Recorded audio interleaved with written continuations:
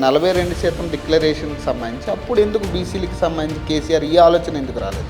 BC commission నివేదిక ఆధారంగా మేము అధికారంలోకి వచ్చిన 6 నెలల లోపే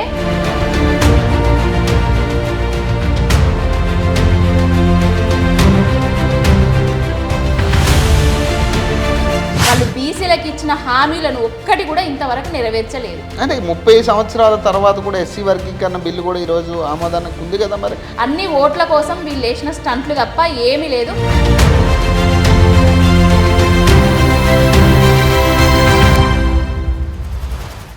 సంబంధ వర్గాలను ముంచేస్తున్నారు కాంగ్రెస్ వాళ్ళు. అంతా దాల్ బోల్ బ్రోకర్తనం తప్ప ఏం లేదు. ఒక ప్రతిపక్ష నాయకుడు సభలో ఉండి ఇవన్నీ ప్రశ్నించకపోగా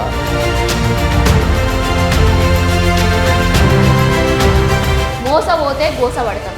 2 జాతీయ పార్టీలు మనల్ని మోసపొట్టాలని చూస్తున్నాయి, తెలంగాణను అనగదొక్కాలని చూస్తున్నాయి.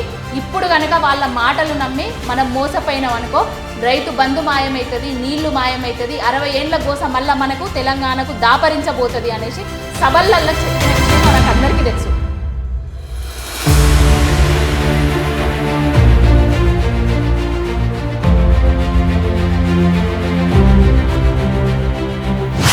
దాన్ని లోటుపాటు చూపించాలనే ధోరణిలో కనపడుతుంది. కానీ బీఆర్ఎస్ పార్టీ వాళ్ళ పరిస్థితి అది కరెక్టేనా?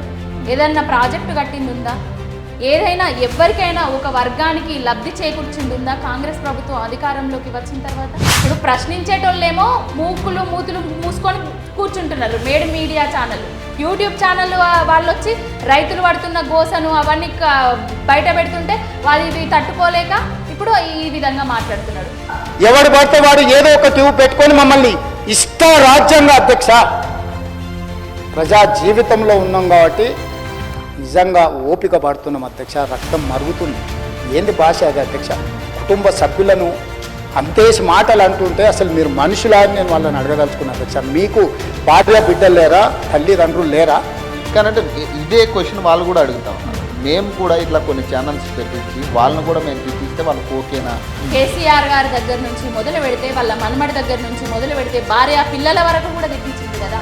మనల్ని అత్యధికంగా ప్రేమించే చంద్రశేఖరరావు గారిని నిజంగా నేను ప్రైవేట్ సంభాషణ వాళ్ళు అభినందించడం నిజంగా తాత మన వాళ్ళ అనుబంధం బాగుంది అని. అలాంటి మీ మనవడు హ్యుమాన్స్ చదువుతున్న స్కూల్లో మారక ద్రవ్యాలు వినియోగిస్తున్నారని ఎక్సైజ్ శాఖ నోటీసులు ఇస్తే, మీ మనవడు చదువుకుంటున్న స్కూల్లో మారక ద్రవ్యాల వినియోగం ముక్కుపచ్చలారని పాఠశాల పిల్లలు శోధిస్తున్నారంటే కూలిపోయిన పరిస్థితి ఉంది, ఖచ్చితంగా అక్కడ నడవని పరిస్థితి ఉంది అనేది వాస్తవా?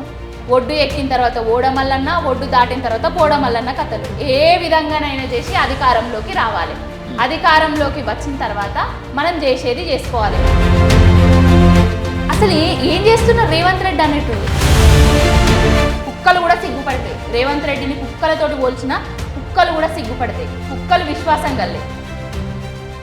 కుక్క చావు చేస్తాడు కేసీఆర్ అనే ఒక పదం గతంలో వాడిన పరిస్థితి. ఏదో స్కూటీలు ఇస్తా అనేసి, మా తులం బంగారం ఇస్తా అనేసి, ఇవన్నిటిని డోకా చేసినందుకు కుక్క చావు రేవంత్ రెడ్డి చేస్తాడు.